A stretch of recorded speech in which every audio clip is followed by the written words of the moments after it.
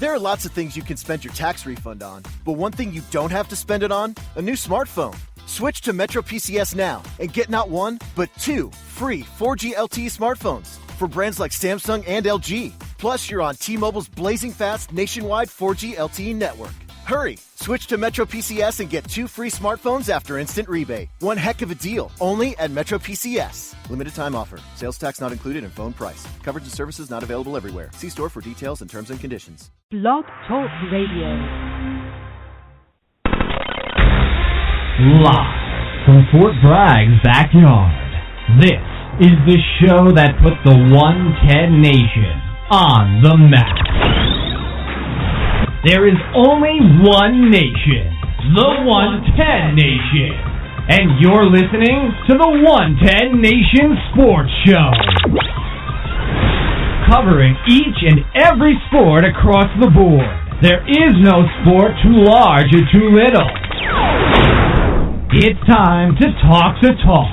Here we go. Here's the man, the founder, and your host, Mr. CJ Sports.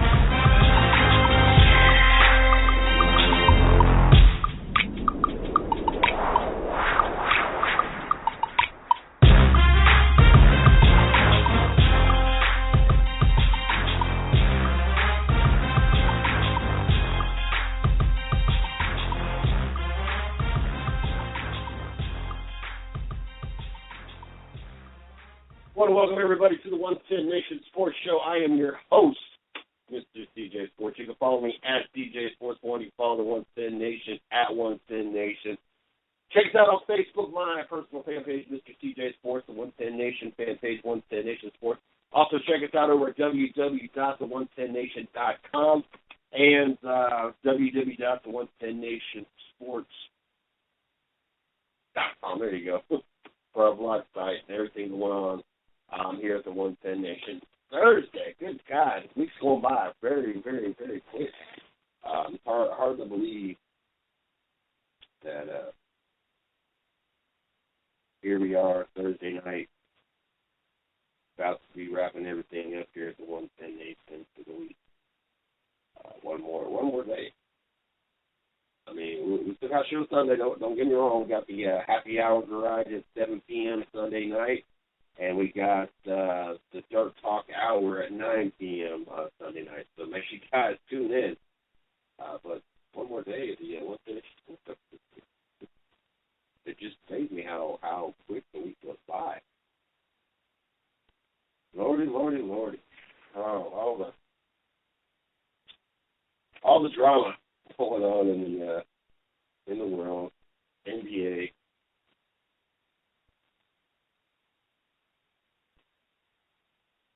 Day 2 of happy to hear everybody's opinion. Well, not everybody's opinion, but everybody replaying Cam Newton's idiotic opinion about people treating him the way that he's being treated because he feels it's a race thing. And, oh, Lord. I don't know. I just get tired of hearing ignorant people.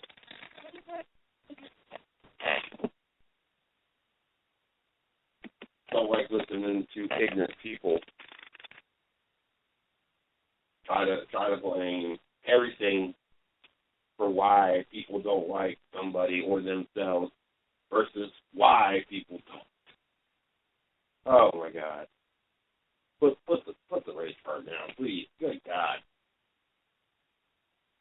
I had never once, in all the years this man has been playing football, ever heard somebody say there's dislike or using a racial slander when it comes to referencing Cam Newton. Never once. Now, I see all walks of the earth. I have bounced many clubs, managed a couple places since Cam Newton's been in the league. I've been around a lot of people. Never once has race ever been a description or something used for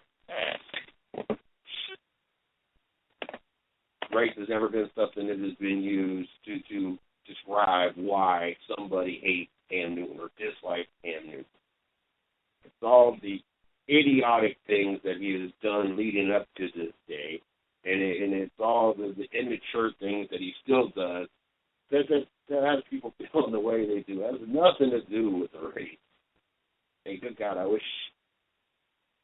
honestly wish the ESPNs and the Fox Sports and the NFL networks and everybody would stop entertaining this man by rebroadcasting this clip over and over and constantly over and over talk about it. It's a dead horse. It was something that was idiotic that was said yesterday. Here we are today. Why are we still going over and over and over? Why is things so slow right now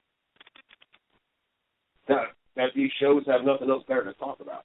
Never mind, let's continue working on the breakdown of next week's Super Bowl. Or never mind, let's say, I know the NFL Network, you're kind of limited. You got a Pro Bowl coming up that nobody really gives two craps about. I mean, when Jameis Winston is named as one of the quarterbacks, I mean, that tells you how unimportant this game really is. And then the fact that they don't really play even more of a two-hand touch ordeal than the NFL season is. So you got a meaningless two-hand touch game to talk about, and you got a Super Bowl. And there's just not, I guess there's just not a lot to talk about this Super Bowl. I mean, on Denver's side of the ball, you got the conversation of Peyton Manning and whether or not another Super Bowl loss affects his legacy, or is this his last Super Bowl, or is this his last year at Denver, or, I mean, there's kind of all the conversations you have really on the Denver side of the ball is Peyton Manning and what's going to happen, mainly after the Super Bowl. And then you've got the idiotic things that come out of anybody's mouth, such as Cam Newton, and it's really, I mean, there's no real storyline here. This is not like, New England would have been in and Von Miller already trying to throw out there to play yet again this year. Everything that has to do with anti-New England and anti-Tom Brady winning another Super Bowl. You don't have Arizona in there, in their story and everything else. Larry Fitzgerald was kind of a feel-good story if it would have went through with Bruce Arians and everything he's overcome kind of scenario. I mean, and even that, Arizona would have been a far stretch for headlines going into the Super Bowl. So, I mean, unfortunately, I guess for the NFL Network, you're kind of limited because it being strictly about the NFL, there's really nothing going on, and there's really nothing to talk about. This matchup is not a high-profile, must-watch, let's break this down, build this up kind of Super Bowl. That's not what this is not what's happened. We didn't get the best possible matchup. Hell, I want to see the Denver Broncos win more than anything. I do not want to see the Carolina Panthers win the Super Bowl. But I'm sorry, but there's nothing to talk about in this game, and I honestly believe, even though I want Denver to win, honestly believe Carolina's going to win this game and win it probably pretty easily. I have a feeling it's going to be one of the games by halftime. It's a very lopsided game, and then they're going to try to coast the second half, and it's either going to be like the Seattle Seahawks or it's going to be like the Arizona Cardinals, one or the other. It's never really going to be close. It's never going to really be that interesting game. It's almost going to be like the Seattle-Denver game that we had to be put through when we watched Seattle and Denver playing the Super Bowl a few years back. Kind of sucks. But for ESPN and Fox, we got enough stuff to talk about. I mean, we still got NBA games going on. We had NHL games going on. Now they're getting ready to go in their All-Star break as well. NBA still got stuff going on, got some good matchups. I know it's hard when you really the only thing anybody talks about is State wins by 30 again tonight. Golden State wins by 35 again tonight. Golden State wins by 25 tonight. Well, Steph Curry and Draymond Green sat out the whole second half, and Golden State won by 35 tonight. I mean, I know it gets pretty repetitive when it comes to the NBA, but there's a little bit of other stuff going on with some other teams that is somewhat conversationable, I guess.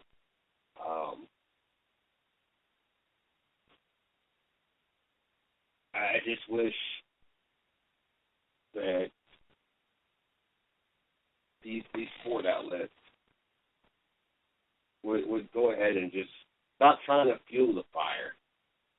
We kind of talked about this yesterday when you have networks out there or writers out there that do a piece just to bring a spotlight to themselves and kind of take pieces of stuff or play, parts of stuff and or try to twist it in an angle. Why can't anybody just write an article talking about, how ignorant he sounds and race this and race that? Why has everybody got to jump on it just to bring likes to their page and, viewerships to their shows or listeners to their shows? I don't. And the thing that, once again, now we're experiencing this, but not even with the bottom companies and bottom writers. Now you got ESPN and Fox and all them running with it. Just give it a break. I mean, honestly, nobody honestly cares. I can guarantee this tuned out more people than about any other story we probably had over the whole NFL season.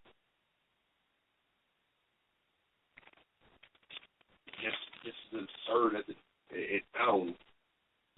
People don't care for me because I'm an African American quarterback. Hear me too.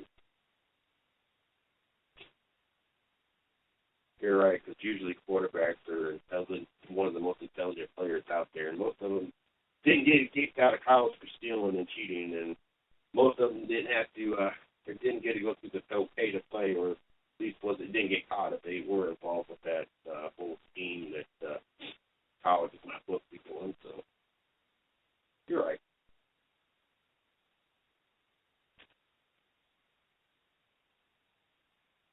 He's there. I don't want to hesitate on it. I was right on the verge. It felt like I was going to see.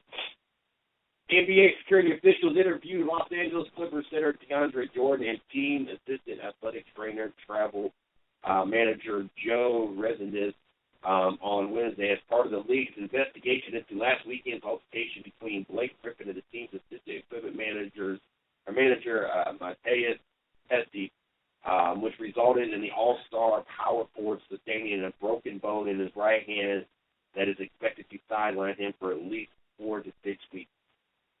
Jordan and residents were part of the group at the Toronto restaurant when Griffin punched Hesse on Saturday, according to Roderick Turner of the Los Angeles Times. NBA officials were trying to find out what Jordan and residents knew about the altercation during the dinner that all four attended, according to several league officials who were not authorized to speak publicly on the matter. The NBA soon will interview Griffin, who broke his right hand and will be out 4 to 6 weeks and possibly will face fine or suspension by the league once the investigation is complete, one official said. The NBA also plans to interview Hesse, who suffered a badly swollen face. I'm not going to go through the rest of what was reported. Griffin also has apologized for creating a distraction in the incident on Tuesday night. The situation among friends escalated, and I regret the way I handled myself towards someone I care about. Griffin wrote in his tweeted statement, "I want to apologize to the Clippers organization, my teammates, and the fans for creating a distraction. I am working with the team on a resolution and getting back to the game as soon as possible." Tell you what.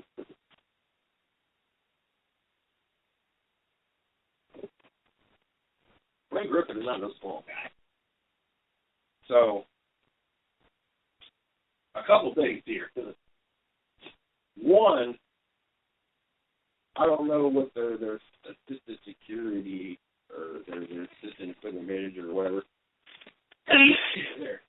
They're from that thing. How big he was. But I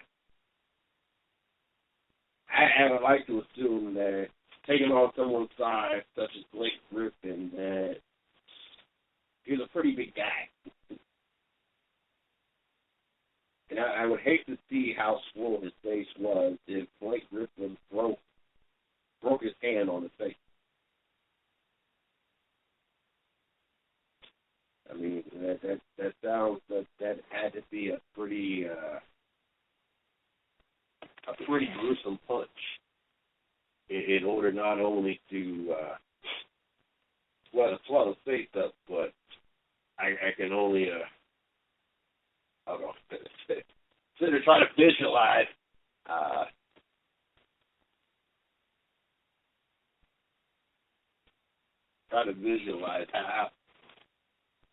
face. I don't know. I've been, I've been, and for a lot of people, I've been a bouncer for many years, going on almost about 10 years at this point. And actually got a phone call tonight, and I had left the last place I found at yesterday, Southern Grill, here in Sanford, North Carolina. I left them about 5-6 months ago. Due to baby, well, actually it was back in July, so I go back to stuff. But I had to leave due to babysitting and ride sitting when he came. And Shorty's ex decided that it was more important for him to go live at the beach with his girlfriend and stay here and actually take care of his kids.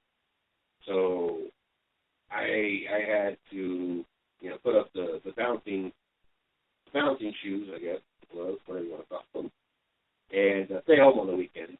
We went from having kid-free weekends to now, by the time I got done paying for a babysitter, I might make $50 at most all weekend long, and I'm already getting like 5 hours of sleep all weekend total. So honestly, $50 to me at this point was no longer worth my time. So we I had to go ahead and call it quits. That way, like I said, I mean, my Friday just I got lucky that Friday morning off. I mean, I didn't have to bounce until 9 o'clock. That was all only it.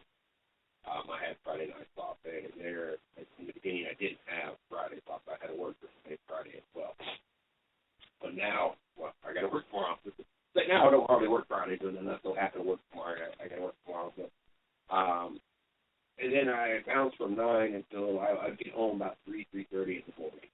And almost every Saturday and Sunday, I have to be back into work at 5 a.m. So you figure I'm getting home about 3:30, winding down, laying down, take after shower at 4 o'clock. I got to be back up by about 4:40ish, so I could be out the door. Well, it used to be later until about 4:40. It took 5 minutes to get to work. Now it takes about 10. Now I got to be at about 4:35. So you figure about 40 minutes worth of a nap, basically. Then go work all day, put 10 hours in, go home, and have to watch the kids, so I can only halfway stay, I can't really get any sleep, and then go back at 9 o'clock that night and do this whole bouncing thing again, and then have to be back in Sunday morning at 5 o'clock. So now you're looking about an hour, and then either I get the kids as soon as I get done working again, or if I get lucky, usually Shorty gets off about 8, 9 o'clock, and they stay gone until then, and I at least get about a 3 to 4 hour nap. And so I at most getting 4 or 5 hours sleep for the entire weekend from Friday morning. And if I don't work Friday morning, I'm still the one to get up with the kids, so I'm still up at 8, 9 o'clock in the morning anyway, plus the show. So, it got to the point that, we threw out babysitting money, and then basically I'm making $50 at best. Still got to work the ride situation since my car went down, and, now I'm getting no sleep. The only downside is I've been off every weekend, yes, I don't have to worry about any of that, and I get to go sleep at a decent hour. And everything else, I have also put on a few more pounds since I am not having to be active at the phone because I'm just at the house babysitting. So we're definitely getting back in the gym here in the next week or two anyway. So we're going to see what they got to offer. Look,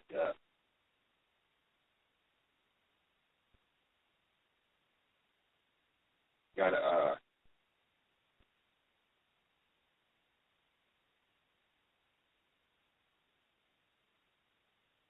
we're able to see what they got to offer. If they offer the right amount of money, we might work something out, but we'll see how that all works.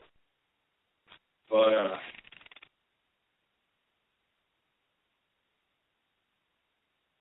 I bounced for many years. That's my original whole point. Bounced for many years, so I know.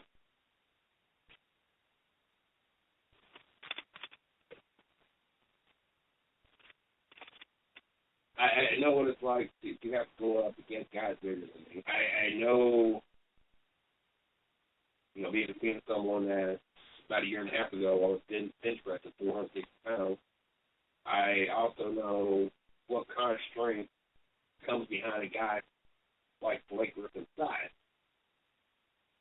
And so I'm trying to visualize, someone that's not even an athlete, how this all figured out, and how messed up this guy's face has got to be, and how the Clippers move forward with the distractions, and of course now the suspension is probably going to get tacked on top of the out for 4 to 6 weeks to the broken hand.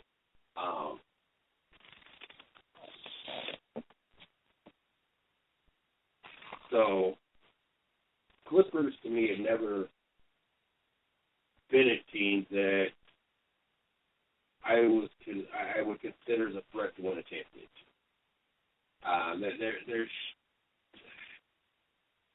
There's a lot of explosiveness out there, but there's too many. One, there's too many individualists, but two, there's too many weaknesses. I mean, you got DeAndre Jordan, great around the rim, great at dunking. Okay, but he's not going to make perimeter shots. Heaven forbid he gets put on the free throw line. Blake Griffin, his shooting has gotten better. He used to be another one that pretty much got a dunk or a few feet from the rim and stop already getting at him.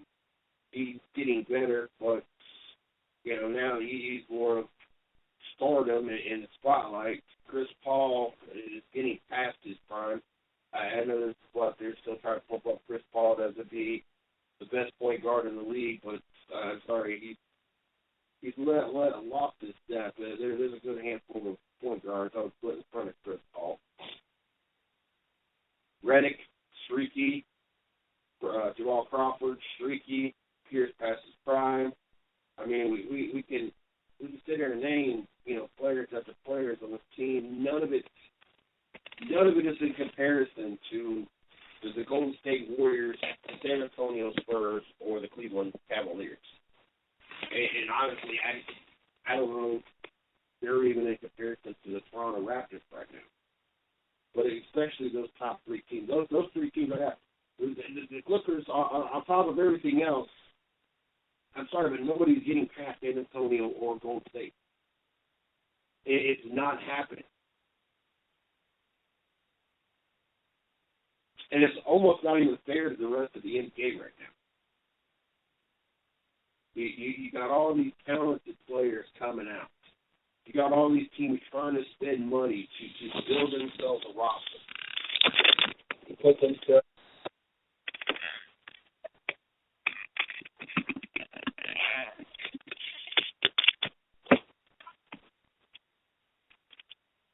Get Plus back in.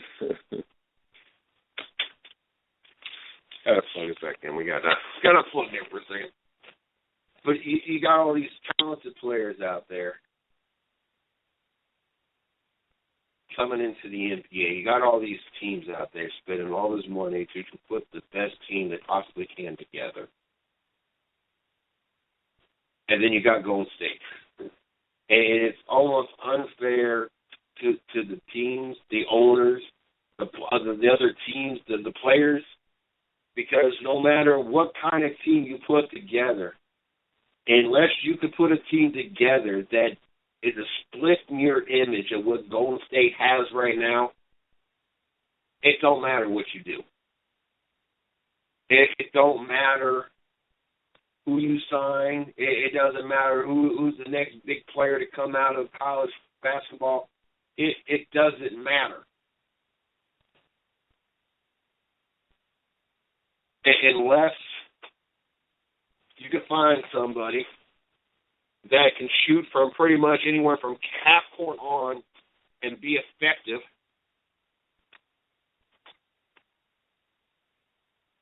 that doesn't turn the ball over,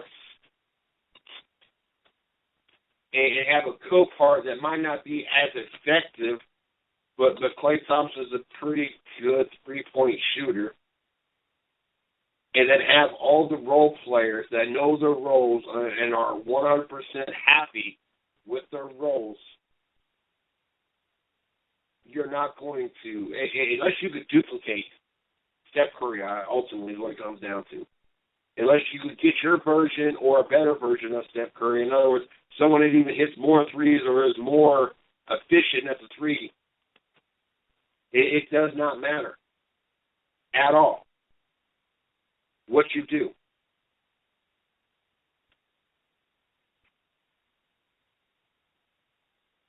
As much as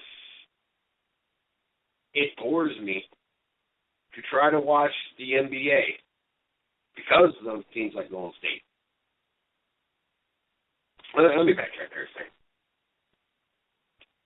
I'm not going to say it bores me to watch the NBA because I enjoy myself. But yes, it's hard to watch like I talked about yesterday because of the hack of garbage and the flops and the charges that are not charges and the three-pointers jumping into the defenders to draw fouls. It's ridiculous.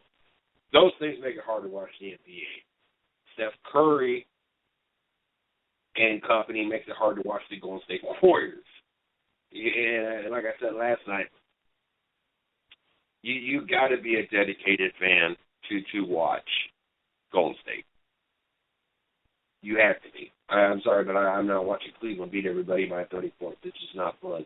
To have LeBron James and Kyrie Irving and Kevin Love sitting down the whole fourth quarter, it is not entertaining to me. I would rather watch, I want to see Cleveland win, but I'd rather watch it be a competitive game than a blowout every single night.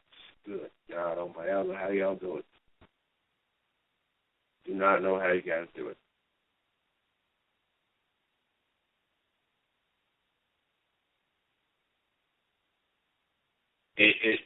Honestly, and I was listening earlier to Draymond Green's interview. The locker room doesn't talk about or think about the 73 or more wins that, and I understand part of what he said, talking about the, winning 73, go 73-9 or better without a championship doesn't matter, and winning less than 72 games but winning championships all that matters. They don't want to lose focus. The focus of what the season is about in the NBA Final Championship is what it's all about, and I understand that. But don't sit there and try to tell us that you guys do not discuss you guys possibly beating the record. There's no doubt in anybody's mind that has been a discussion on more than one occasion. And honestly, as we get closer and closer to it being a reality, at least the reality of going for it anyway, is as we get closer, then the coachings are going to be talking about it, because then they got to make a decision on at what point, if we get the season locked up, do we decide not to go for it anymore, or do we continue to run with it? I mean, there's a lot of things to consider when it comes to this possible run for 73 or more. But don't have us for 1 minute fooled or think you're pulling a fast one all over all of us by saying that this is not a discussion that goes on amongst us or a discussion that goes on in the locker room, because nobody out there is honestly for 1 second believing that with the possibility of a historic run such as 73-9 or 77-5 or whatever, 72-10, 73-9, 74-8. There we go. I don't know why I drew blank. You're not going to convince anybody that this is not a thought, a conversation, especially when you're already head of pace with your only 4 losses, as Cleveland's already had, or I'm sorry, Chicago already had 5 losses at this point. And I guess that will bring us up to the next discussion at this point. What happens if they do it? What happens?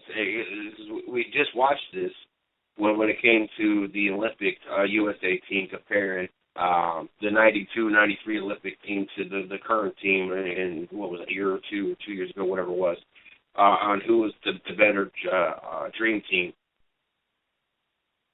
And so we all know as Golden State gets closer and closer, this will be more and more of a topic of conversation. And then if they do it, there will be even more of a topic of conversation. And then into the conversation is who is the best team all time? Would it be Golden State with these back-to-back championships, with this year being 73-9 or whatever they end up at? Or will the Chicago Bulls, because of their run and how many, even with the 72 plus wins, what else does Golden State got to do to be a legitimate conversation of comparison to that Bulls run? Now that's going to end up, as Golden State keeps going on and keeps winning, now that's going to be another conversation that is going to be a very popular conversation when it comes to the NBA world, because we do it with everything else. We compare Michael Jordan to Kobe Bryant to LeBron James. We compare 92 Dream Team to the most current Olympic team. So this is going to be one more comparison that we're going to have when it comes to talking about the NBA. And I tell you what, that is going to, I don't know, some parts of it, I'm not big on comparing. I'm not.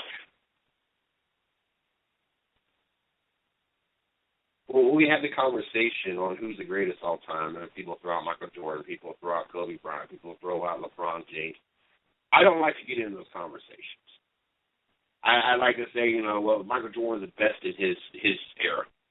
Kobe Bryant, best in his era. LeBron James, the best in his era. Because the league has changed so much. Like we talked about last night, could you ever imagine Michael Jordan just intentionally fouling somebody just for the hell of it, just send through the free throw line? Could you imagine Jordan intentionally juking somebody down 3-point range, giving him a head fake, and the defender trying to block it and get out of the way, and watch Jordan intentionally jump all the way to the left-hand side, about to fall over, swing his left hand all the way out so he can grab a foul on his way after throwing a circus shot up there? Could you imagine Michael Jordan doing that? No. And so the league has changed so much that I don't like comparing and try to say, same thing with football, with the league's changed as much as it has, comparing the best running back or best wide receiver or best quarterback all time. It's hard because the league, changes so much. And so it's going to be hard to compare that Bulls team to this Golden State team because the leagues have changed so much, and there's a lot they get away with now. I mean, could you ever imagine Michael Jordan just standing there and someone run by him, not touch him, just run by him, and all of a sudden he just falls to the ground and get a foul for it, and you get to go to the free throw line. I mean, can you imagine that? I mean, we see that every game multiple times with James Harden. And so could you imagine Michael Jordan or Charles Barkley or Karl Malone or somebody doing that? No, we couldn't. Back then, basketball was basketball. It was a man's sport, not a diva sport that we have now. And so it would take a very long, serious run of Golden State for me to ever at any point say, you know what, this Golden State team was better than that Chicago Bulls team. Not a 73-win season, not a 74, 75, not even 2 or 3 championships. It would take a good run of multiple back-to-back championships, multiple seasons of at least 65 to 70 wins in order, because the league has changed so much that it was so much tougher then to win games than it is now. I don't even know if I could ever imagine even saying any team was better than that Chicago Bulls team. That would be a very tough conversation to have about any team currently in the NBA, and especially since this league has gone to the circus show. It's gone. Goodness. Ric Flair is to attend Michigan signing day. Not that I think it will help Michigan, but at least they'll be out there. Woo! Getting it up, I guess. It makes me even have less of an opinion of you there, Ric Flair. Ah, goodness.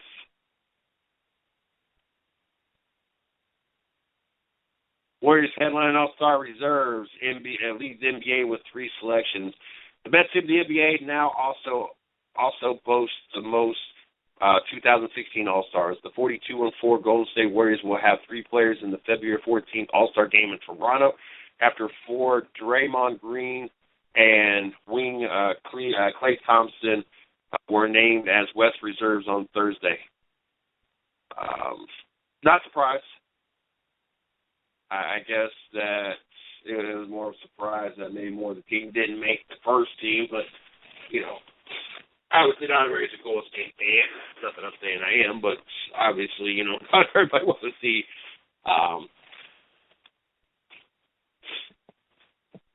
a bunch of Golden State Warriors out there. Well, that would be interesting, though. Let the East compile a team of all-stars and see if they can be competitively close to the Golden State Warriors. That'd be a fun game to watch. Throw 10 all-stars, 12 all-stars on the Eastern. Let them put an all-star team together. Have your entire Eastern Conference all-star roster against just the Golden State Warriors and see how that works out.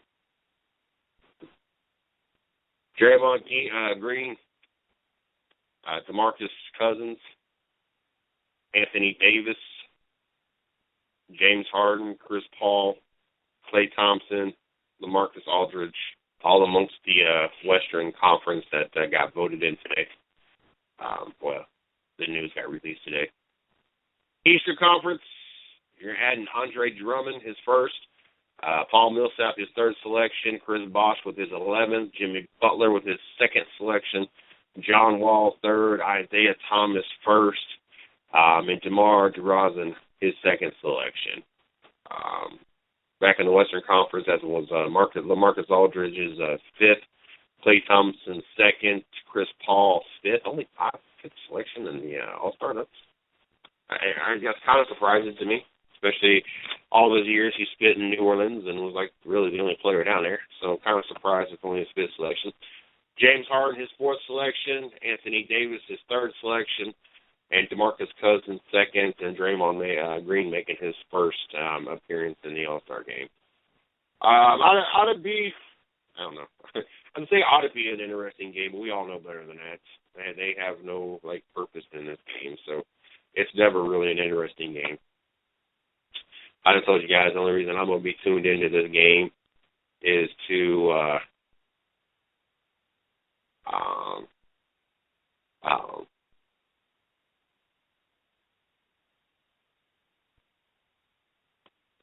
I just got totally sidetracked to what I was going to say. I done lost my trick. Well, I'm not supposed to look at anything when I'm on the show. I got sidetracked by Steve Vilmar, host on Thursday nights, Racing with Big Sweat show. Hopefully we get him back in the next week or two. He's had some medical issues. That's why there's no Racing with Big Sweat on tonight. But he posted something talking about you want to impress a woman, take her to a race, and then Victory Lane. It was back in the day when he was he was part of the crew at a race at Rockingham, and ended up being the mother of his children. If you want to impress somebody, take them to a race and win a race. So I got a little sidetracked with I remember talking about the All-Star. Like I said, there's really not a purpose to watch this game. I'm going to be tuned in, though. And it's more to do with the fact, like I said before, I want to see how much respect is paid to Kobe Bryant during this game. That is going to be I can imagine what the pre-game show is going to be like.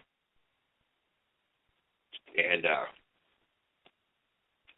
I'm sure that they're going to interview all the players, or at least all the big high-profile names that are making the All-Star game, or at least got to play with Kobe on a very reoccurring occasion. And so I'm sure that they're going to be shouting out and giving their thoughts and their farewells and everything else.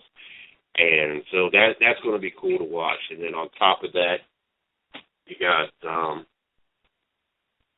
how they're going to treat him during the game. And I think that, to me, that is going to be priceless to be able to see that and just to see how everybody interacts with Kobe Bryant in his last All-Star game. And so for that reason and that reason only, because I told you guys before, I probably have not watched an All-Star game in 25 to 28 years at this point.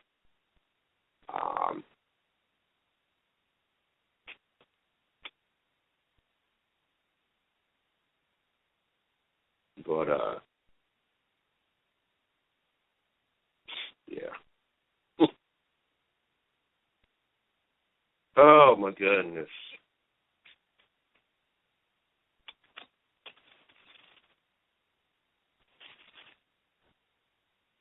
Super Bowl right around the corner. God, Daytona right around the corner.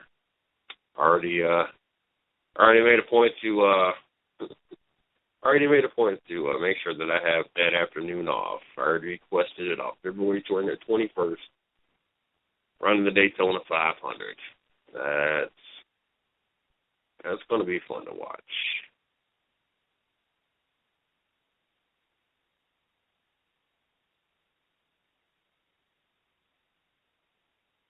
Oh, my goodness. Make sure you guys tune in every Monday through Friday. The 110 Nation Sports Show, 9 p.m. kickoff time. Also, we got to return the 110 Nation Morning Show. Can't do it tomorrow because I got to go into work early. It's one of those rare Fridays that I got to work. But we're going to be back on the air on Monday morning. But Monday through Friday, 9 a.m. for the 110 Nation Morning Show. Thursday nights, 9 p.m., you got Racing with Big Sweat. Sundays at 7 p.m., you got the Happy Hour Garage. Excuse me. And then 9 p.m., we got the Dirt Talk Hour. Make sure you guys tune in there. Also, check us out on Twitter. You can follow me at CJ Sports 1. You can follow the 110 Nation at 110 Nation. Also, you can check us out on Facebook, my personal fan page, Mr. CJ Sports, the 110 Nation 110 Nation Sports fan page, 110 Nation Sports. Also, check out our company site, www.the110nation.com. Also, check out our blog site, www.the110nationsports.com. for all the latest going on here at the 110 Nation. Interested in coming on the show, all you got to do is hit up Miss Lee. That is 110nation _at yahoo.com. Interested in hosting or co-hosting a show, or maybe you got a show that you do independently or on a network they don't let you mind sharing, and have it rebroadcast on our network, or maybe you're a writer and you want to write for our blog site, all you got to do is hit me up, MrCJSports@gmail.com. I got to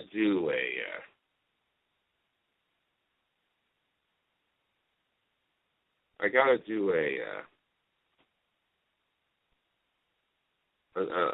public service announcement, I guess, is the word. And this goes out, and hold on just one second.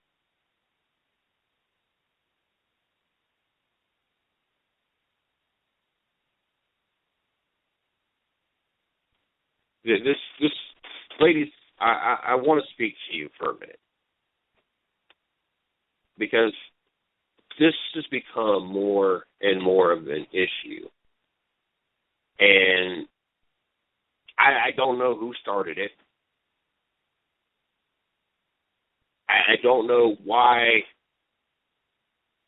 women don't think this is nasty, and when common sense, hygiene, and manners, females that do this, went out the window. But I can promise you, no matter how cute you are, which usually is not the cute ones, but no matter how cute you think you are, nobody likes titty money. And I know, hold on. Did he just say titty money? Yeah, well, did he just say titty? Yes. I said titty, and I said titty money. I now have for many years worked in customer service. Many years. Many years. I have taken money from many people. And in the world of being someone that works at a register or takes money from anybody, titty money is the money that when you watch a female dig into her bra and take out money. And I have not really talked about this, and you guys know I don't usually detour too far off from the sporting world. But we got it in this conversation yesterday. And I have already swore that when it's time for me to find a new job on my last day, I will retaliate if I get the opportunity. Story here. I can promise you, it's usually the extremely large ladies that do this. I don't know why. I don't know if they just can't reach down to their pocket on a purchase-to-purchase basis here. But the last thing we want to do when we tell you your bill is $15 is to watch you pull out money out of your bra. We don't know when the last time you took a shower. We don't know how nasty you are. We don't know if you sweat. Plus, ladies, nobody teach you how dirty money is. Why would you intentionally put something that dirty against your body anyway? But more specifically, what makes you think that anybody else wants to touch money that is in your undergarments? I mean, if I was to tell you your total was $15, I want you to dig out a $20 bill out of your bra, and then I turn around and dig out a $5 bill out of my boxers, would you be upset? And I mean, I'm going to make sure that you see me do it because I got to watch you dig out of your undergarment. I'd be willing to bet you probably won't be too thrilled with it. So as a public service announcement for all of us guys and for all of us employees that have to operate a register at some point of our life. Women, please store your money in a pocketbook, a purse, a wallet, I don't care. Something other than in your undergarment.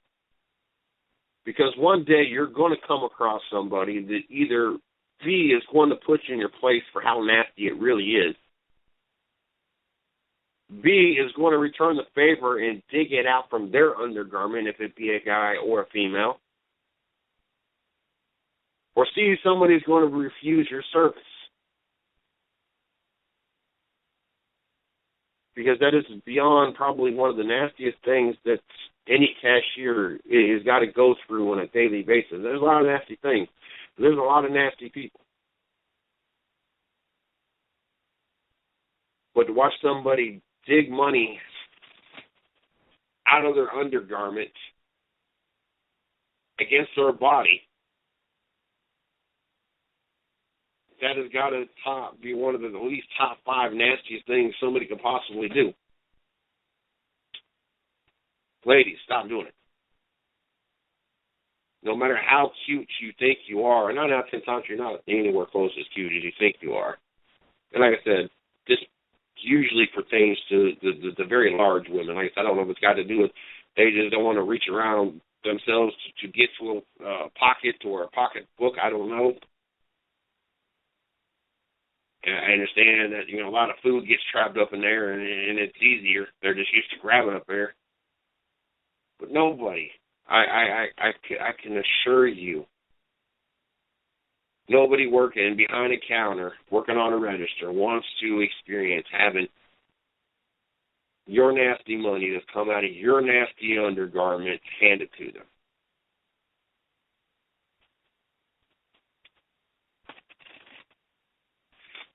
Maryland finally gets the marquee win it has been lacking. After a trio of narrow road losses against the 3 best teams it faces this season, Maryland finally nabbed the marquee win it had been lacking. Ford, Robert Carter, and wing Rashid Solomon both scored 17 points as the 8th-ranked Terps edged 3rd-ranked Iowa 74-68 on Thursday night in College Park. Defeating a top 10 opponent is a big step toward fixing the major hole in Maryland's resume so far this year. The Terps had not beaten a 10-top team prior to Thursday night, falling at North Carolina, Michigan, and Michigan State by a total of 20 points.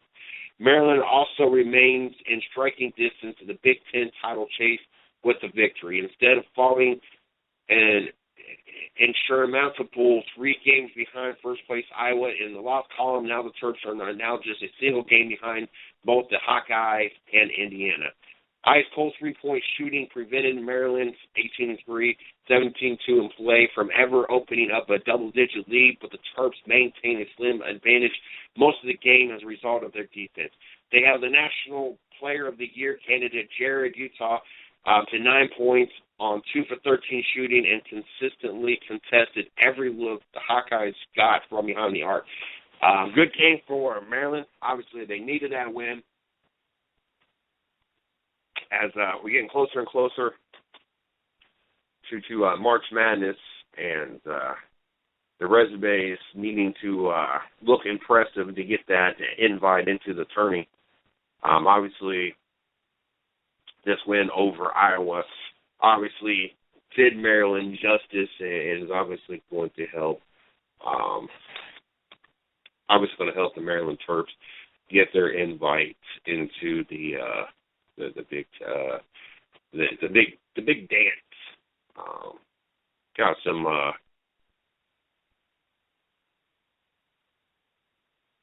snubs. Well, potential snubs. Well, we'll talk about this list of snubs that did not make the All-Star this year.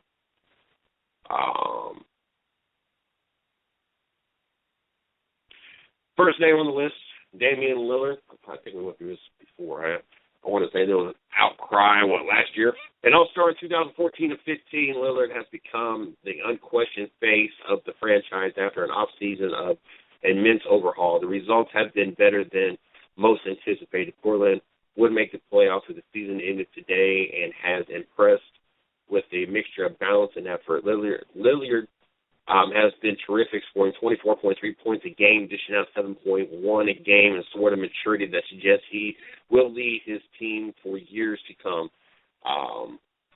It's his poor fortune that the West has so many excellent and established guards. I believe this is the first year we've had this, and obviously he got voted in the last time. But Damian Lillard,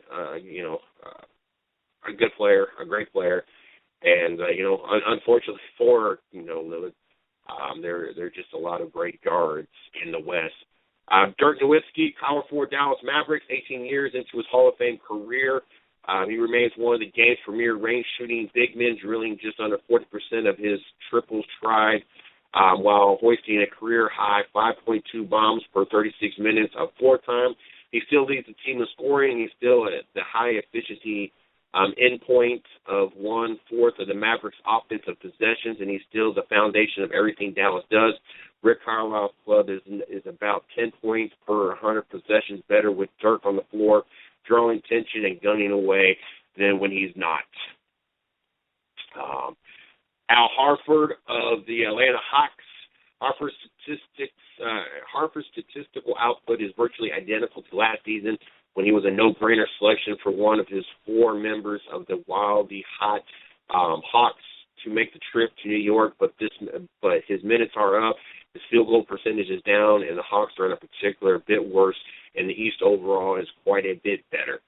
I don't know if I necessarily consider him a snub in this one on this list. Paul Gasol, I would. Paul Gasol has put on great numbers, having one of the best seasons of his career.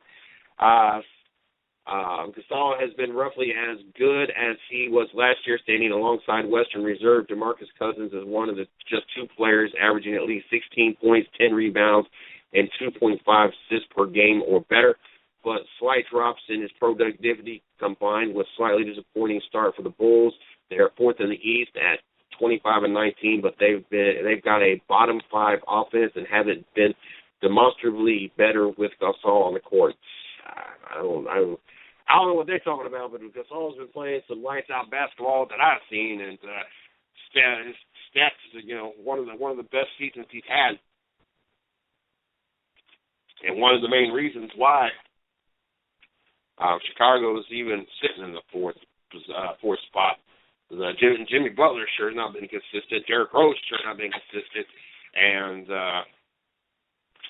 Noah, obviously out with the injury. Derek Favors, Gordon Hayward, the Utah Jazz. Call it a cop-out if you like, but reasonable cases could be made for either of these 2 Jazz linchpins.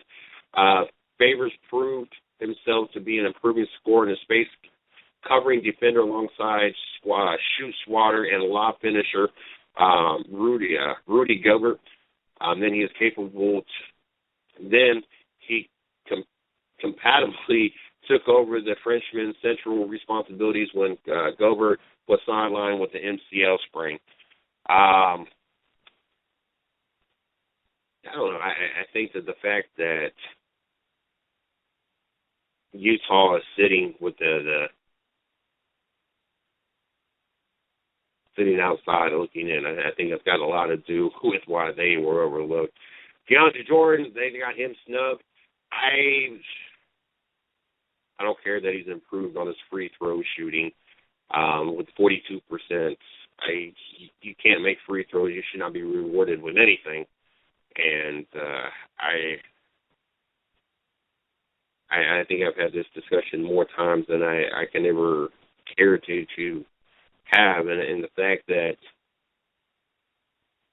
if you can't stand at the same place every time with a wide open, uncontested shot, also known as the free throw, if you can't at least, this is with the curve, because I think 90% should be the mark, you can at least make 80% as a multi-million-dollar basketball professional, then you honestly should be like smacked around. Like there's no excuse to not make 8 out of 10 open shots at the same place every time. I'm sorry, they're just not. The money they make, there is no reason. That goes for Michael Jordan, LeBron James, Kobe Bryant, Steph Curry. It don't matter who we throw out there. Any of the greats. If you're not making at least 80%, you need to be smacked around. I'm sorry, it's a wide open shot. We've done had the discussion without knowing everything LeBron James makes and without knowing the exact details of the Nike contract he got and without knowing exactly all his endorsements that he has. We know that he at least makes $200,000 a day with his contract, with his endorsements, with everything he has going on. At a minimum, $200,000 a day. Sorry, but if this man is making $200,000 a day, he should be able to hit free throws all day, every day, with no problem. Sorry, just how I feel about it. Tim Duncan's the other one on this list. Got snubbed. You know, it's hard for some of the San Antonio players now because they don't play enough.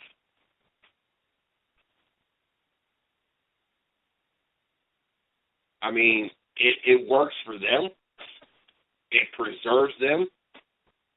They're playing lights out basketball. They just got their 7th loss of the season. When you, especially the veteran players, obviously Kawhi Leonard, who made the starting roster, obviously gets his minutes. But when you start talking about some of these veteran players and some of these other players, they're not playing a lot of time per game. It's hard to have this discussion. I mean, how are you going to put them in an all-star game when they're not playing that much? But at the same time, honestly, if you're going to put Kobe Bryant in the game, then I know it's not Tim Duncan's last one, but how are you going to snub him?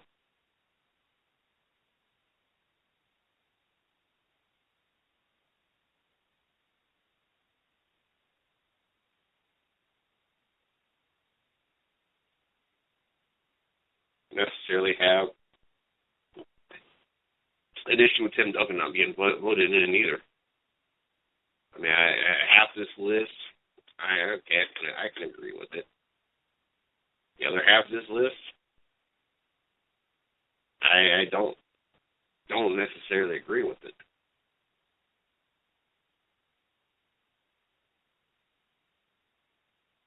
Pretty interesting. It will be interesting.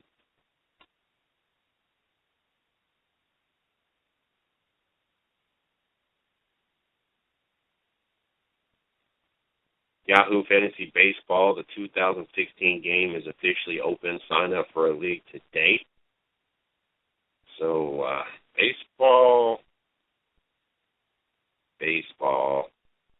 Chargers to buy land in Orange County for team headquarters practice facility. There's no official word on whether the San Diego Chargers are leaving San Diego or moving north to Los Angeles, but there is now a triangle proof that the latter is a strong probability. Via Kevin Ace of the San Diego Union Tribune, the Chargers have purchased the land in Orange County to use as the team's headquarters and practice facility. The franchise submitted grading and landscaping plans for approval to the city of Santa Ana this week. The Chargers acknowledged the purchase in a statement. The plans are for a 5-acre parcel in Santa Ana that would be the location of the team's interim headquarters and training facility in the event the team exercises the option to relocate to the Los Angeles area. The franchise is continuing to review all of its options, and no final decision on relocation has been made. It was necessary for the team to submit the grading and landscape plans now because of the long lead time necessary to secure land use approvals and to prepare the natural grass practice fields in time for the team's off-season workout schedule. And the never-ending saga remains, as we know, as the San Diego Chargers, the Oakland Raiders, and the St. Louis Rams, where everybody is going to officially land and who is officially going to be playing and when they're going to be playing and how many teams are going to be playing. The craziness, the madness behind this.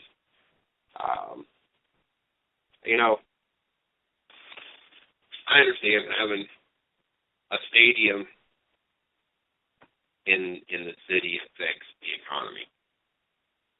I know the city gets taxes from the stadium and all the employees, and I understand it provides jobs for the economy, and I understand there's a lot of pluses.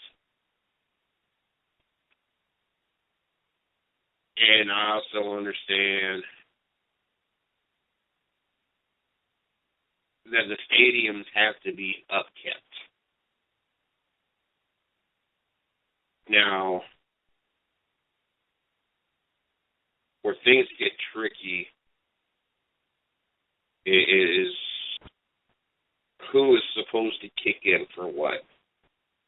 And I understand that's where a lot of your arguments come from and why teams want to relocate because the cities ain't willing to do this and the cities ain't willing to do that. And I understand all the pluses when it comes to having a stadium in your city.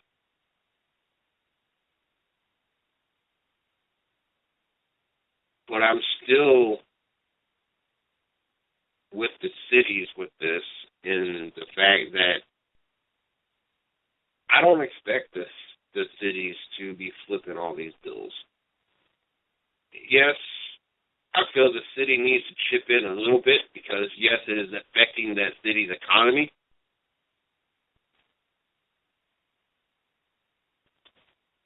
But you have a multi-million/billion-dollar organization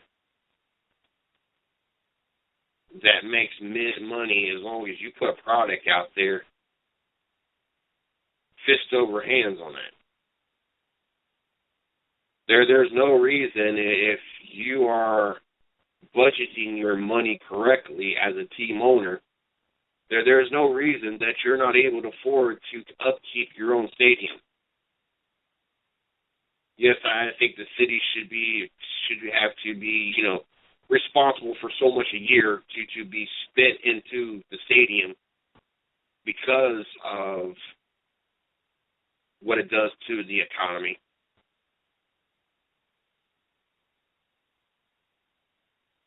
But at the same time, I don't see how the owners expect the city to flip as much money as they ask or the increase in taxes that they ask build a stadium. That would be like me saying, well, because I live in this town, I help the economy. I buy a majority of my stuff from my city. I can't even really say city, and that's why it's even more of a remarkable town. It's actually a town. It's not even a city. And that's why it's even more remarkable because it's not a very big, Any which way from point A to either you can go. We have one major road that runs through the south side of our town, and it takes you maybe 2 minutes from once you get off post to hit the split, and then you got one split that maybe 2 minutes up the road and you're out of the town, and then you're just on side roads until you hit the next town, or to the left it might take you 5 minutes to get through the rest of the town, and then you hit nothing but trees on both sides until you hit the next town. There is not much. We have a Walmart, we have a Big Lots. We don't even have another grocery store in this town. There's only one grocery store in this town. Once upon a time, there was 3, but the town could only handle having one, and Walmart ended up being it. Other major name brand stores. I mean, outside of maybe an Aaron's or Rent-A-Center, I guess you could throw out there. There's nothing else big. You got your food chains, and you don't even have all of those. I mean, there's not a Wendy's or a Bojangles or not even any kind of wing place at all. There's a McDonald's, there's a Taco Bell, a Sonic, a couple pizza joints. That's kind of it. A Ruby Tuesday. Finally got a Ruby Tuesday. I've been in that Ruby Tuesday once in the 10, 15, I think probably, it's probably about 10 years old now. There's not a lot. There's a KFC, but it's run down. Nobody really goes there. Like Ken said, I spend 90% of my money in town. I work in town, so therefore my taxes are taken out of my check to support this town. And then, of course, I pay city taxes in this town and property tax for this town. So I essentially, help the economy in this town. So with that being said, that would be like me saying, you know what, I help improve the economy in this town, so the city should buy me a house. I mean, it's ultimately what the NFL owners are saying. We help improve the economy here, so the city should take care of buying us a house. Build us a stadium. It's not how it works. This is why we were having so many issues. And teams wanting to relocate. Because you got cities out there that are scratching, clawing to get a professional team in their city. And are willing to spend that kind of money. I just have a serious issue with it because, first of all,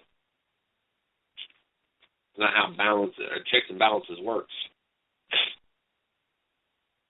But second of all, I wouldn't expect anybody to come buy me a house because of what I do for the economy.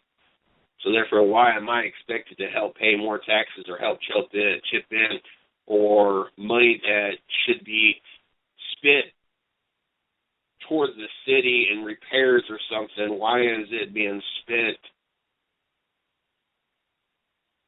to build a football stadium? To me, that's just mismanagement of money. A bad way to mismanage. And so I have a big issue with it. I really do.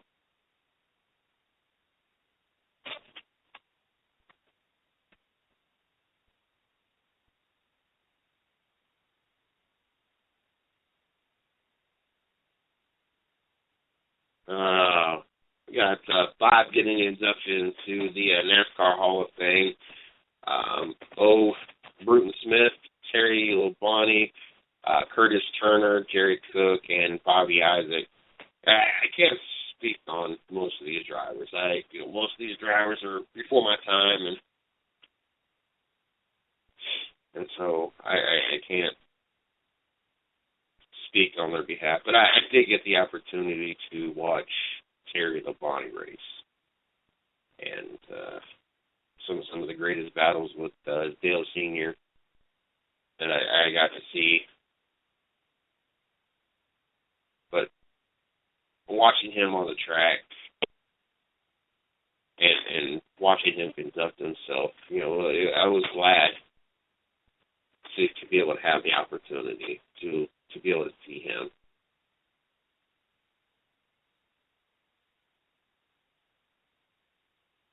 Be able to race.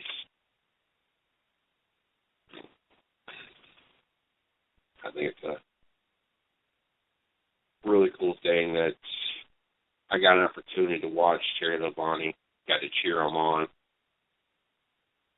Not always a fan favorite, not always a favorite of mine, but there was different parts, different times in his career that I did enjoy, what he was doing on the track and was able to pull for him. And enjoyed being able to watch him race. Tony Stewart, he's heading into final season over storied career. Storied career. Tony Stewart is a man at peace as he heads into the final season of his NASCAR career. He is satisfied with what he has accomplished and has no regrets about the 3 glaring holes on his resume. Stewart is also adamant that his struggles the last 2 years on and off the track have nothing to do with his decision to retire at the end of this season. The 3-time NASCAR champion reiterated Thursday he will race in other series after this year, but not the Indianapolis 500, he insisted, and his decision to leave the Sprint Cup Series is simply about giving himself more free time to pursue everything that he has been on hold the last 3 decades. I'm still going to race. I just don't know how much yet, Stewart said. The nice thing is I'll have some flexibility to go do some other things I want to do. Growing up, I will admit 100%, I was not a Tony Stewart fan. Anyway. Joe Gibbs Racing,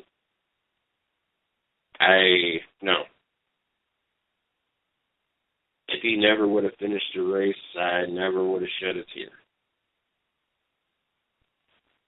Then something changed.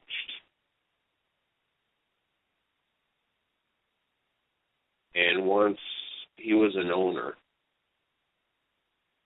and once the cameras spent a little bit more time on him, the more and more I started to like Tony Stewart. What changed? I'm assuming going from driver to owner, the tape over his mouth was ripped off and he was allowed to be vocal. I have a feeling that while at Joe Gibbs Racing, that there was somewhat of a leash, I guess you could say, on what he could say. But once he became a team owner, things really changed. And Tony Stewart started telling you really how he felt. It was no longer dandelions and rose petals and sugar plums, and then it was more of Goodyear tires suck. NASCAR needs to get their head out their own butts. Blah, blah, blah, blah, blah, blah. Was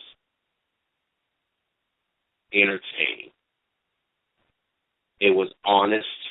It was from the heart. It was raw. It was uncut. And it was just downright entertaining. I went from caring less if this man ever finished a race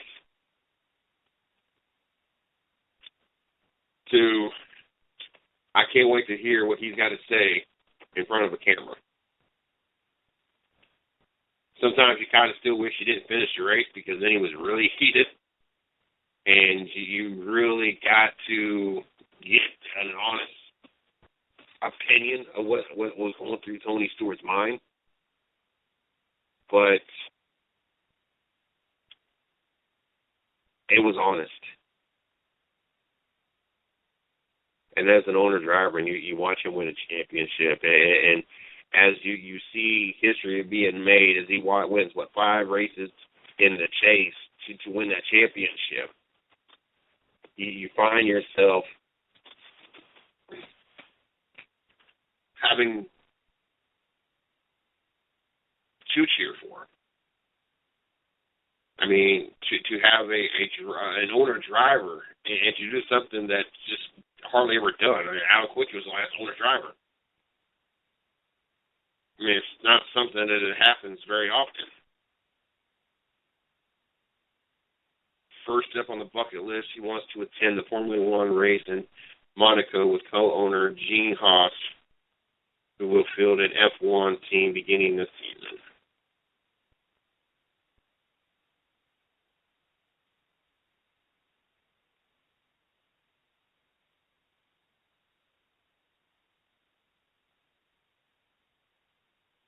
That's when I started to have my personal opinions change on Tony Stewart. And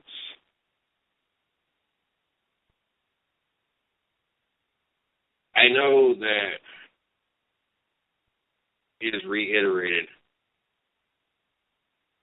that on and off the track, what has gone on the last 2 years has nothing to do with his decision.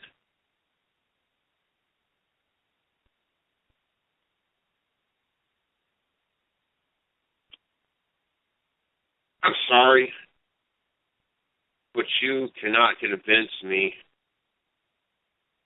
or to begin to even hold my attention for 1 second with that whole statement there. Do I think it has a majority to do with it? Do I think it has to do a lot with it, or a little, or no? Well, kind of. I think it has a teeny tiny part to do with it. That's what I mean, kind of. Little. Yeah, I guess little. If I had to have a scale of 1 to 100, how much would I say what has happened off the field? I would say maybe 3 to 5% of it. Last year's performance, I think it's a little bit more than you want people to know. It's you kind of seen the same thing out of him last year as we see out of Kobe Bryant this year. It went flat. And honestly, I think if it wouldn't have been Jeff Gordon's year, I wouldn't have been surprised if we would have heard Tony Stewart say, you know what, at the end of the season, I'm done. What I think mostly it's got to do with age, wear and tear, and having things on the bucket list. I mean, Tony Stewart is no spring chicken, been around the sport for a very long time, and has raced in many different things every single season. He's not just doing the minimum. He's going above and beyond with that all types of different racing. That's got to wear on his body. I'm sure his health, his size, that has got to be wear on the body. To be that age and to, he's always kind of been up and down on his weight. And some years, it looks like he's thinned out. Some it seems like he's thinned back in. And at his age, he's getting back to being that pleasantly plump driver that we know. I'm not saying he's fat. He just, for his age and his size, he's, a heftier guy. And I know that's got to wear and tear. I kind of got the same build. It's kind of why I got back in the gym. I'm not quite at his age, so I got the energy, the time, and everything to do what I got to do to get the weight back down. But that's got to play into a factor.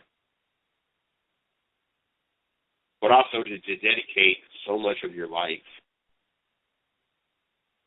to the sport. At some point, you're ready to slow down. At some point, you're ready to do some of the things that you wanted to do. It's definitely going to be different. It's definitely going to be different to not see Tony Stewart out there on the track again. Not to hear him in post-race or post-accident interviews. I hope that we will see Tony Stewart at the track on a weekly basis, being how he's co-owner of Stewart-Haas Racing. And, hopefully they continue to keep the things competitive over there. And adding Clint Boyer to take over that ride. I hope that it works out for the best for Stewart-Haas Racing. And there's not that I have anything against Clint Boyer other than he seems to wreck himself all the time. But he's not a championship caliber driver. Never even been viewed as one.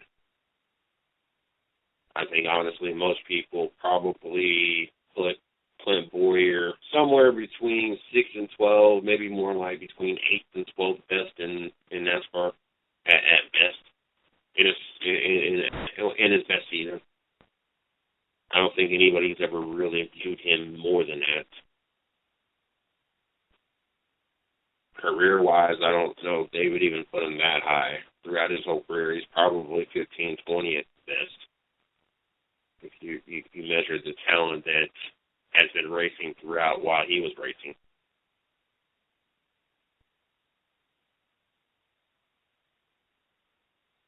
I mean, they got a great team.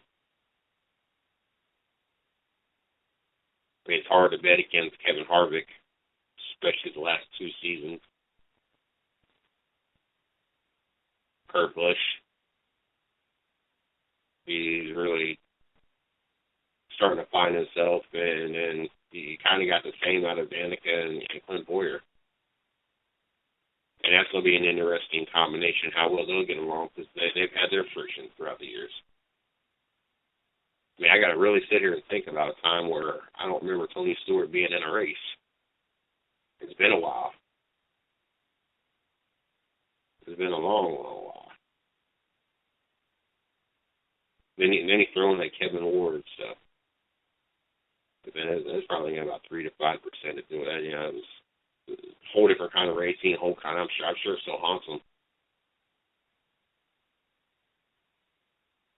I mean, I think it's also it had a little bit to do with why he's had the season he had last year.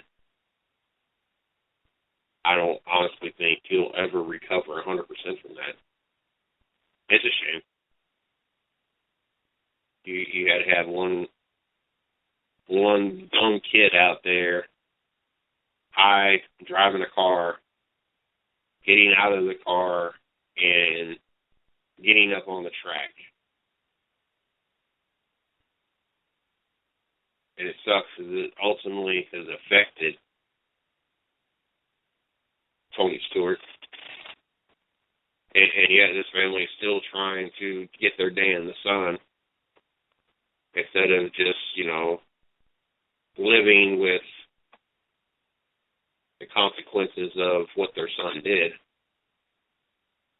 I don't think there's ever going to be a judge that is ever going to overturn it and say, you know what, even though your son was high, even though your son got out of his car, even though he went down on the track in his black driver's suit on a not so well lit racetrack, and even though you can hardly see out the front of a sprint car, And even though Tony Stewart didn't see you, we're going to overturn your whole case so you guys can get paid for your son's loss, the loss of your son. I just don't ever see it happening.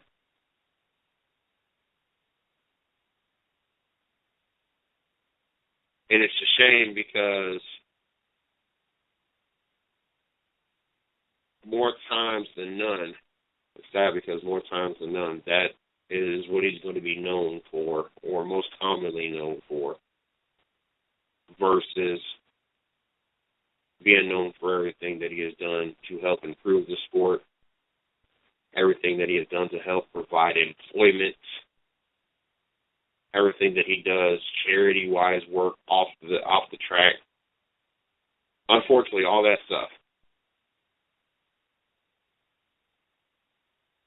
all get overlooked because of one night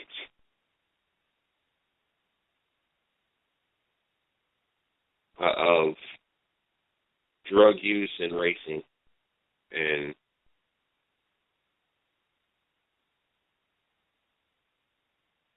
it just really sucks.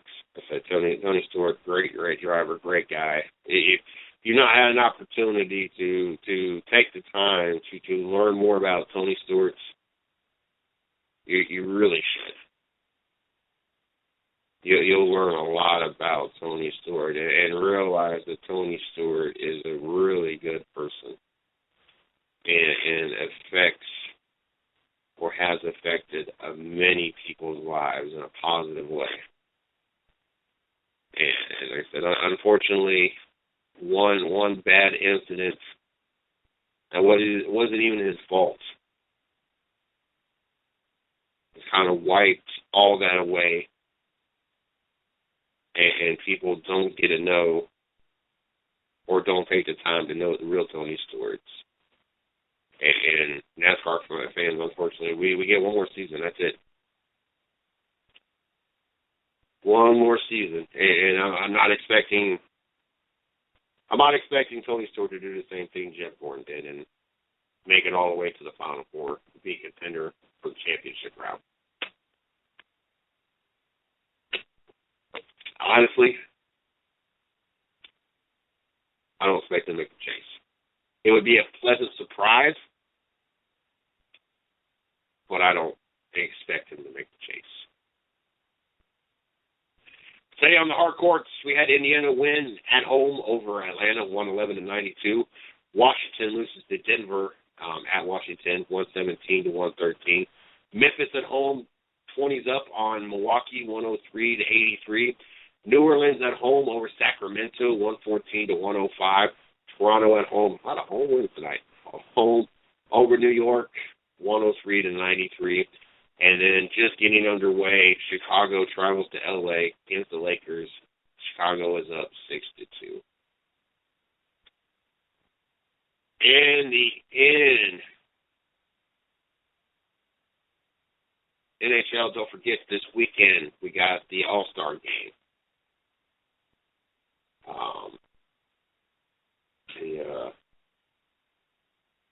Should make for a good game Sunday night. You got a lot of activities going on this weekend, so make sure you guys check that out, and we'll definitely have our eye on it. I definitely want to watch this new format that the NHL has. First period, 2 Eastern Conference. Second period, 2 Western Conference. And then the winners of each in a final period. That ought to be fun. And very excited, especially with the 3-on-3 and everything else. Definitely excited about it. Definitely looking forward to it, and it's going to be hard to pry me away from being able to watch the NHL this weekend. As we all know, since we've had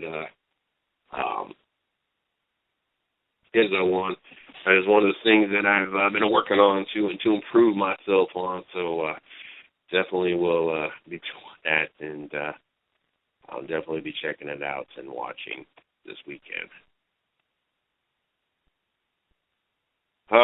goodness.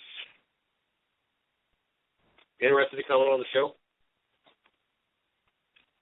You some kind of athlete, part of some kind of athletic organization, some team. Maybe you got a show or a website and you want to come on and promote it and talk sports. Or maybe you got some kind of charity, foundation, or something to that nature. All you got to do is hit up Miss Lee at 110 _.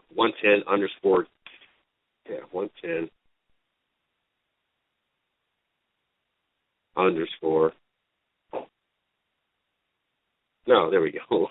Wow, sorry, Lee _110nation at yahoo.com. That is LEE _110nation at yahoo.com. Also, if you're interested in joining the 110 Nation, want to co-host or host a show, maybe you got a show and you want us to rebroadcast it on our network, maybe you want to write for our site, all you got to do is hit me up, MrCJSports@gmail.com. Check us out on Twitter, 110 Nation. You can check me out at CJSports1. On Facebook, the 110 Nation Sports, or you can check out my personal fan page, Mr. CJ Sports. Also check out our site, www.the110nation.com, or our blog site, www.the110nationsports.com, for all the latest going on here at the 110 Nation. Oh, goodness. Excuse me. Been one of those nights. Keep shifting, and it was like I just hit another bubble or something. I don't know.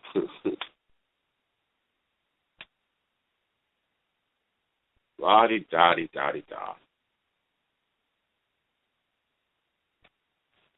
Major violations alleged at South Miss. Southern Miss men's basketball facing allegations of major violations, including academic fraud. You big dummies.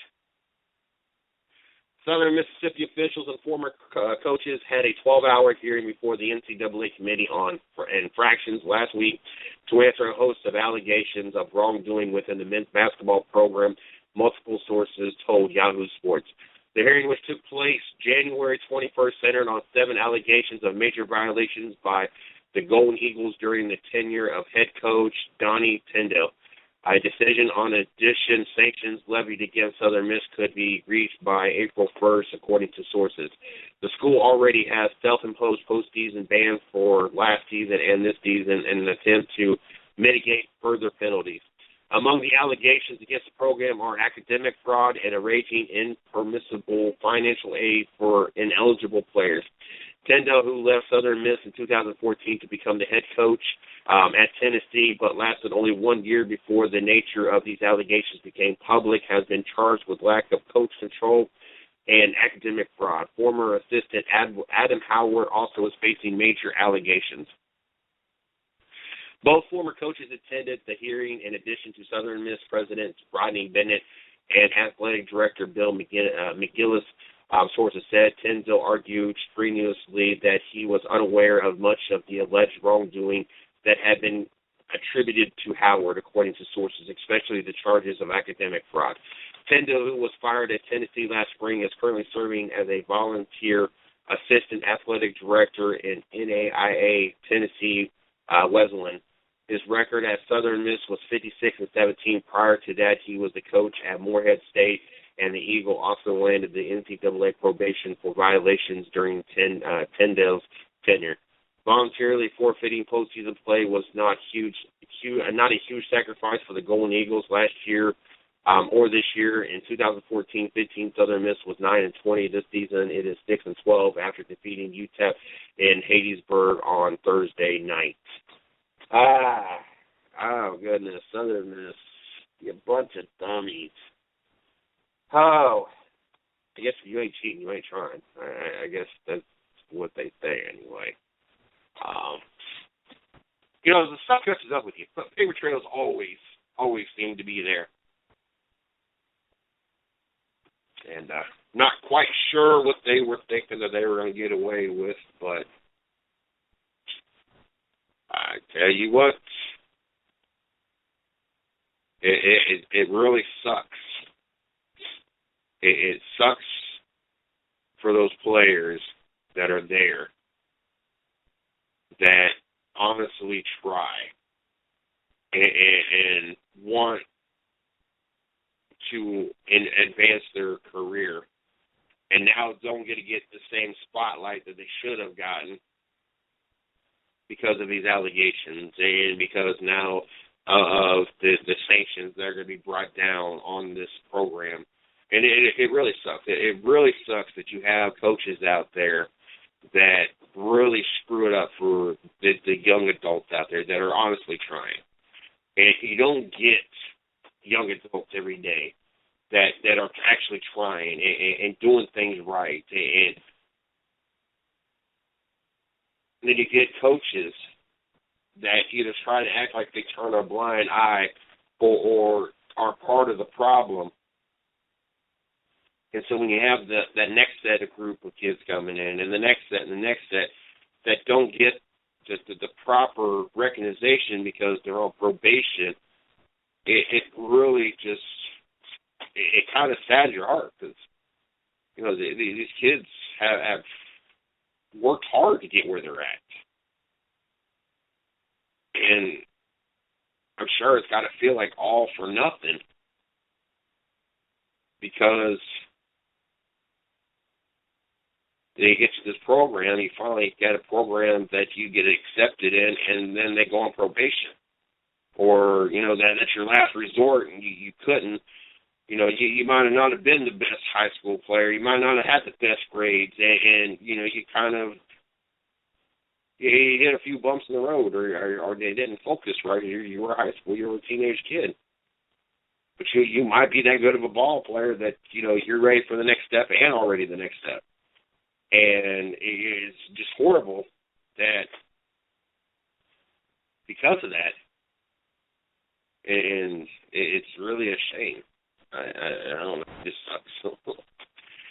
But anyway, don't forget, Monday through Friday, 9 p.m. Eastern Standard Time. We got the 110 Nation Sports Show Monday through Friday, 9 a.m. Starting back next week, we got the 110 Nation Morning Show. Thursday night, 9 p.m. Racing with Big Sweat. Hopefully we'll have that back on next week. Sunday night, 7 o'clock, we got the Happy Hour Garage Hour. I'm sorry, the Happy Hour Garage, 2-hour show, and then we follow that with the Dirt Talk Hour at 9 p.m. Make sure you guys check that out. It's 3 hours. 3 hours of race talk. And hopefully we get the word and we're able to make that 4 hours or 5 hours. I think there's another 2-hour show we might be adding. So make sure you guys check that out. Tomorrow night, we're back at this again. As of right now, I don't think we have any guests, so I'm not going to share that bit of information. But I think we'll be back at it, we'll be back at it again. I don't think we got anybody, so it'll be me once again. We'll definitely hit some big things going on in the sporting world. Hopefully there's a little bit more than what was going on last night. Just kind of same talk. Same boring talk. You just add the NBA second string All-Stars and, oh my God, Cam Newton's African-American. I didn't know that. And it's kind of what all they said what's really going on right now. So I want to thank everybody for tuning in. Hope you all had a great night, and be back at this tomorrow. Thanks for listening to the 110 Nation Sports Show with Mr. CJ Sports. You are a part of the 110 Nation, so be sure to visit the110nation.com for everything related to the show. You can follow CJ on Twitter at 110Nation and on Facebook at 110 Nation Sports. Until next time.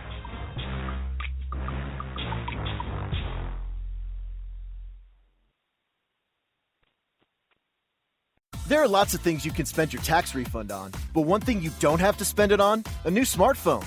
Switch to Metro PCS now and get not one, but 2 free 4G LTE smartphones for brands like Samsung and LG. Plus, you're on T-Mobile's blazing fast nationwide 4G LTE network. Hurry! Switch to Metro PCS and get 2 free smartphones after instant rebate. One heck of a deal, only at Metro PCS. Limited time offer. Sales tax not included in phone price. Coverage and services not available everywhere. See store for details and terms and conditions.